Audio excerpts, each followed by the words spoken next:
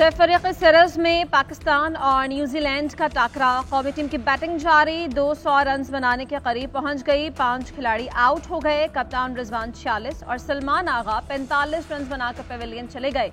फखर Zaman 10 run बनाकर रॉर्की की गेंद पर कैच आउट हुए। सऊद शकील 8 रन बनाकर ब्रेसवेल की गेंद पर बोल्ड। बाबर आजम 29 रन बनाकर पेविलियन चले गए। बाबर आजम के वनडे क्रिकेट में 6000 रन मुकम्मल। रिकॉर्ड बनाने में विराट कोहली को पीछे छोड़ दिया। बाबर ने हाशिम आमला का 123 इनिंग्स में 6000 रन का एजाज बराबर किया।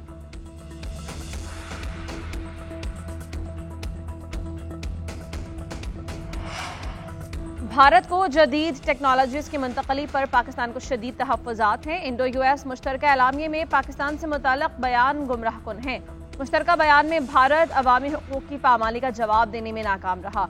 दहशतगर्दी से मुतासरा मुल्क के तौर पर पाकिस्तान दुनिया में अमन और इस्तेहकाम के फ़रोग़ का ख्वाहां है। तर्जुमान दफ्तर ख़ारिजा की हफ्तावार ब्रीफिंग। शफ़क़त अली खान ने कहा, पाकिस्तान का दहशतगर्दी और गैर मुल्की कब्जे पर मौक़िफ़ तब्दील नहीं हुआ। मक़बूज़ा कश्मीर में 2 कश्मीरियों को मौत के घाट उतार दिया गया। हम उनकी मौत की आज़ादाना तहकीकात का मुतालबा करते हैं। तुर्किया के सदर के साथ कई मुआहिदों पर दस्तखत हुए। तमाम शोबों में मौजूदा 2 तरफ़ा ताआवुन को मज़ीद तक़वियत देने का अयादा किया गया। लीबिया कश्ती हादसे के मुतासरीन के अहले खाना से इजहार अफसोस करते हैं।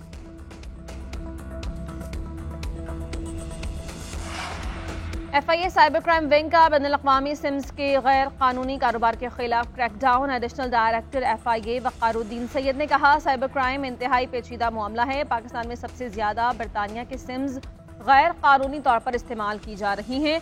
मुजरिम अपनी शनाख्त छुपाने के लिए गैर कानूनी सिम्स इस्तेमाल कर रहे हैं। खातिन को हिरासा करने और दहशतगर्दी के वाक़यात में ये सिम्स इस्तेमाल हो रही हैं। अब तक 8000 से ज़ायद सिम्स बरामद कर चुके हैं। बैरून मुल्क से आने वाले अफराद भी इन सिम्स को यहाँ बेचते हैं जो गैर कानूनी है।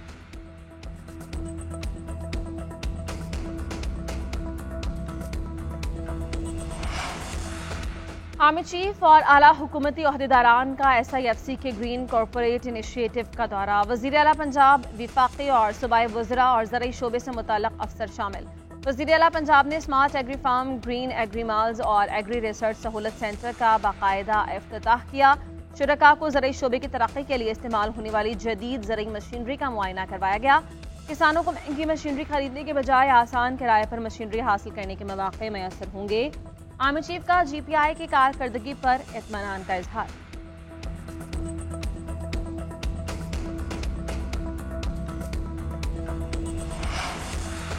सुप्रीम कोर्ट के नए तैनात होने वाले जजेस ने हलफ उठा लिया। चीफ जस्टिस याहिया अफरीदी ने जजेस से हलफ लिया। Justice Aamir Farooq, justice Hashim Kakar, justice Ishtiaq Ibrahim ने हलफ उठा लिया।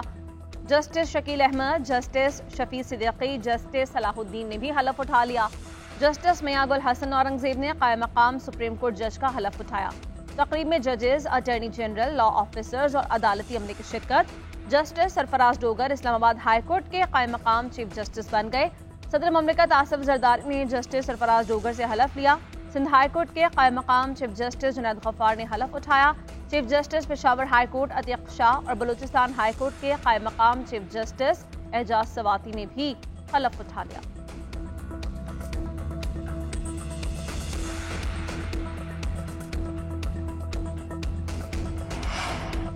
हुकूमत का जजेस के खिलाफ रेफरेंस भेजने का कोई इरादा नहीं। सेनेटर इरफान सिद्दीकी ने कहा, सियासतदान तो वॉकआउट और बॉयकॉट करते हैं, लेकिन जज साहिबान का वॉकआउट और बॉयकॉट करना कभी नहीं देखा।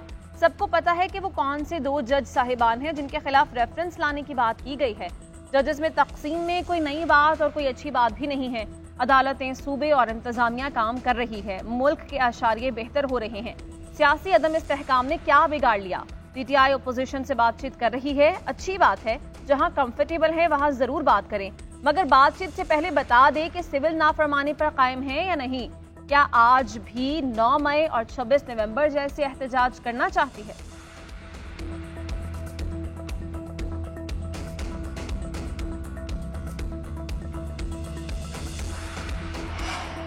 इस्लामाबाद हाई कोर्ट जजेस के सीनियरिटी के मसले में सियासत की बू आ रही है। लाहौर हाई कोर्ट के जूनियर जज इस्लामाबाद हाई कोर्ट में सीनियर हो गए।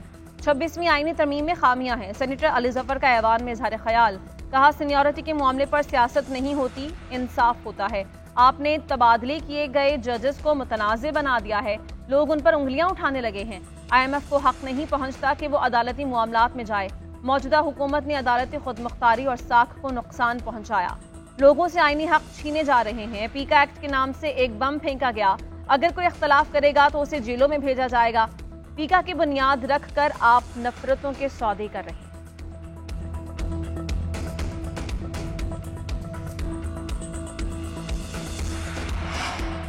सुप्रीम कोर्ट बार एसोसिएशन के अहदेदारों की IMF वफ्द से मुलाकात। सदर बार एसोसिएशन मियां रऊफ अता और member Pakistan bar council Hasan Raza Pasha की क़यादत में वकला का वफ्द मुलाकात कर रहा है। वकला के वफ्द की IMF वफ्द से मुलाकात निजी होटल में हुई।